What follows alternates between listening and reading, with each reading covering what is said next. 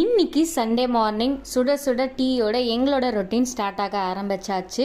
குழந்தைக்கும் டீ கொடுக்குறீங்க அப்படின்னு நினைப்பீங்க. நாங்கள் 2 பேர் குடிக்கிறத பார்த்து அவனுக்கும் வேணும்னு கேட்டால், ஆனால் குடிக்கவே இல்லை.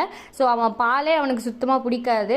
அதுக்கப்புறம் இந்த வீக் வந்து பார்த்திங்கன்னா கொஞ்சம் உள்ளே இருக்க இண்டோர் பிளான்ஸ் எல்லாம் கொஞ்சம் நேரம் வெயிலில் வச்சேன். ஏன்னா வாரத்துக்கு ஒரு வாட்டியாவது பார்த்திங்கன்னா பிளான்ஸ் எல்லாம் வந்து வெயிலில் கொஞ்சம் நேரம் பட்டாதான் அதுங்களுக்கு சன்லைட் பட்டு கொஞ்சம் எனர்ஜி கிடைக்கும். அளவுக்கு உரங்களும் போட்டு நம்ம மெயின்டைன் பண்ணுறோமோ அந்த அளவுக்கு சூரிய ஒளியும் அதுங்களுக்கு தேவைப்படும். வாரத்துக்கு ஒரு வாட்டி நீங்கள் வெளியே வைங்க.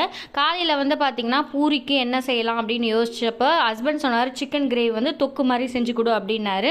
அதை தான் செஞ்சு காலையில் வந்து பார்த்தீங்கன்னா பிரேக்ஃபாஸ்ட்டாக வந்து சிக்கன் குழம்பும் சிக்கன் தொக்குன்னே சொல்லலாம், சிக்கன் தொக்கும் பூரியும் வந்து செஞ்சேன். இந்த காம்பினேஷன் இதுதான் ஃபஸ்ட் டைம் நான் ட்ரை பண்ணுறது. ஆனால் உண்மையிலே நல்லா இருந்துச்சு. மத்தியானத்துக்கு ஆஸ் யூஷுவல் வந்து ஃபிஷ்ஷு தான் எங்களுக்கு. இந்த 2 விட்டால் பட்ஜெட் ஃப்ரெண்ட்லேயே எங்களுக்கு வேறு எதுவும் கிடையாது. வெளியில் போனால் தான் கொஞ்சம் டிஃப்ரெண்ட்டாக சாப்பிடுவோம், இல்லை கொஞ்சம் கொஞ்சம் இந்த மாதிரி செஞ்சு சாப்பிட்டுப்போம். அதுக்கப்புறம் பார்த்தீங்கன்னா நான் வந்து பிளான்ட் ஷாப் போயிட்டு இந்த பாட்ஸ்லாம் வந்து ஒரு 150 சொன்னாங்க பெரிய பாட்டு, 2 வாங்கிட்டு குட்டி பாட்டு 50 ரூபா சொன்னாங்கன்னு நினைக்கிறேன். அதுக்கப்புறம் வந்து அந்த போகிற வழியில் பார்த்தீங்கன்னா சூப்பர் மார்க்கெட் போயிட்டேன். ஏன்னா 1ஆம் தேதி பிறந்தா தான் வாங்குவேன். ஆனால் முன்னாடியே ஹஸ்பண்ட் வாங்கிக்கோ அப்படின்னு சொல்லிட்டாரு. ரித்திக் ஸ்கூல் வேறு லீவ் விட்டுட்டாங்க. சம்மர் கேம்ப் சேர்த்து விடலாமான்னு யோசிச்சுட்டு இருக்கோம். ஏன்னா வந்து பார்த்தீங்கன்னா சமாளிக்க முடியல, ஸ்நாக்ஸ் கேட்டுகிட்டே இருக்கான்.